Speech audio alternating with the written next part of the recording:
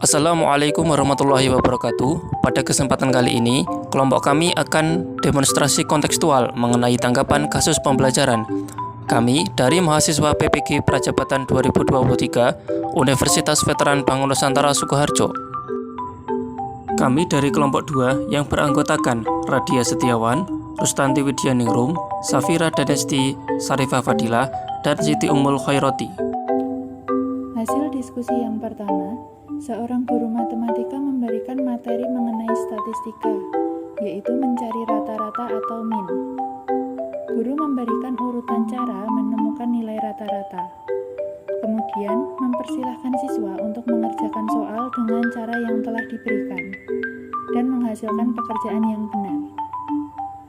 Setelah itu, guru memberikan lagi soal sejenis dan mempersilahkan siswa mengerjakan soal lagi, tetapi tanpa melihat panduan langkah pengerjaan, dan peserta menghasilkan pekerjaan yang benar. Hasil diskusi kami mengenai apa yang membuat peserta didik mampu mengerjakan soal dengan baik pada percobaan kedua. Menurut kami, peserta didik mampu mengerjakan soal pada percobaan kedua karena kami sudah membimbing terlebih dahulu pada setiap langkah pengerjaan soalnya. Selain itu, peserta didik mampu menangkap langkah pengerjaan yang kami sampaikan, sehingga mereka memiliki gambaran untuk mengerjakan soal pada percobaan kedua.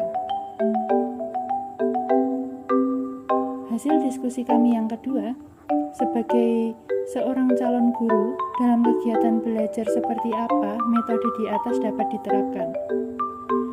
Metode yang diterapkan pada kegiatan ini yaitu latihan soal dan penugasan. Metode ini berkaitan dengan teori behavioristik, karena pada kegiatan ini peserta didik bersifat pasif, hanya mengikuti instruksi yang diberikan oleh guru. Kasus yang kedua, Rina adalah seorang guru di kelas 1 sekolah dasar. Sebagian besar peserta didiknya belum bisa berhitung dengan lancar. Rina sedang memikirkan cara yang sesuai untuk membantu setiap peserta didik menyelesaikan tantang belajarnya. Dari kasus kedua, apa yang dapat Rina lakukan untuk membantu peserta didiknya sesuai dengan tahapan perkembangan usia? Menurut kami, Rina dapat membantu peserta didik dengan memberikan suatu pemahaman konsep berhitung dalam bentuk video animasi. Hal ini dikarenakan usia anak sekolah dasar mayoritas menyukai animasi. Maka dari itu, kita juga harus bisa menyesuaikan dengan apa yang anak butuhkan. Selain itu, Rina dapat menggunakan contoh nyata dalam berhitung, seperti menggunakan biji-bijian yang dipisah dan digunakan untuk mengoperasikan konsep penjumlahan dan pengurangan. Untuk selanjutnya, mengapa kami menyarankan hal tersebut? Karena hal tersebut sudah sesuai dengan masa perkembangan anak, sesuai dengan teori perkembangan kognitif oleh Piaget, yang menyatakan bahwa anak usia 7-11 tahun termasuk dalam tahap operasional konkret, di mana sebagian besar dari anak yang berada pada tahapan ini sudah memiliki kemampuan untuk mempertahankan ingatan tentang ukuran, panjang, atau jumlah benda cair.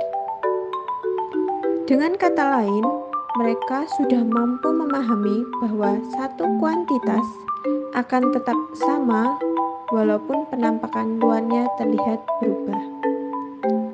Dari kegiatan menggunakan aksi nyata berupa pengoperasian biji-bijian, anak akan Kasus 3.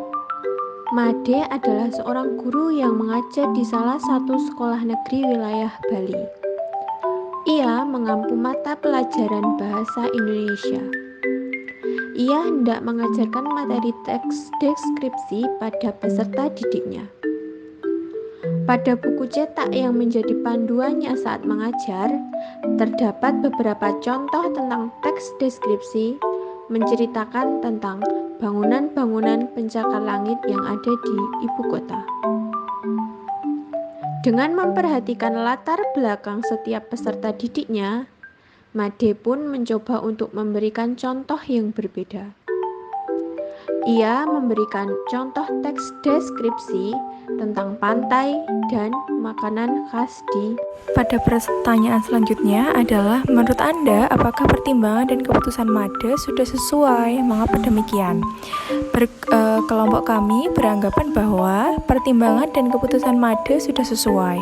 Hal ini karena latar belakang peserta didik yang diajar oleh Made adalah anak-anak yang berasal dari Bali. Made memberikan bahan bacaan berupa teks deskripsi tentang hal-hal yang ada di wilayah Bali, seperti pantai dan makanan khasnya. Berdasarkan hal tersebut, peserta didik akan lebih paham terhadap materi yang diajarkan karena bahan ajarnya berasal dari lingkungan sekitar tempat tinggalnya. Untuk pertanyaan selanjutnya, prinsip apa yang digunakan dalam kasus tersebut? Elaborasi jawaban Anda dengan menyertakan teori yang berkaitan. Menurut kelompok kami, prinsip yang digunakan oleh Made pada kasus tersebut adalah prinsip pembelajaran berdiferensiasi, karena guru menyesuaikan dengan kebutuhan peserta didik, di mana dalam hal ini disesuaikan dengan latar belakang peserta didik. Kasus ini berkaitan dengan teori belajar humanistik, di mana guru menyediakan sumber belajar berupa bahan bacaan yang sesuai dengan kebutuhan.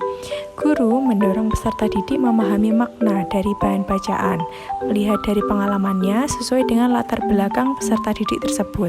Guru hanya melakukan pengamatan terhadap kegiatan peserta didik. Sekian pemaparan materi dari kelompok kami. Thank you, semoga bermanfaat. Wassalamualaikum warahmatullahi wabarakatuh.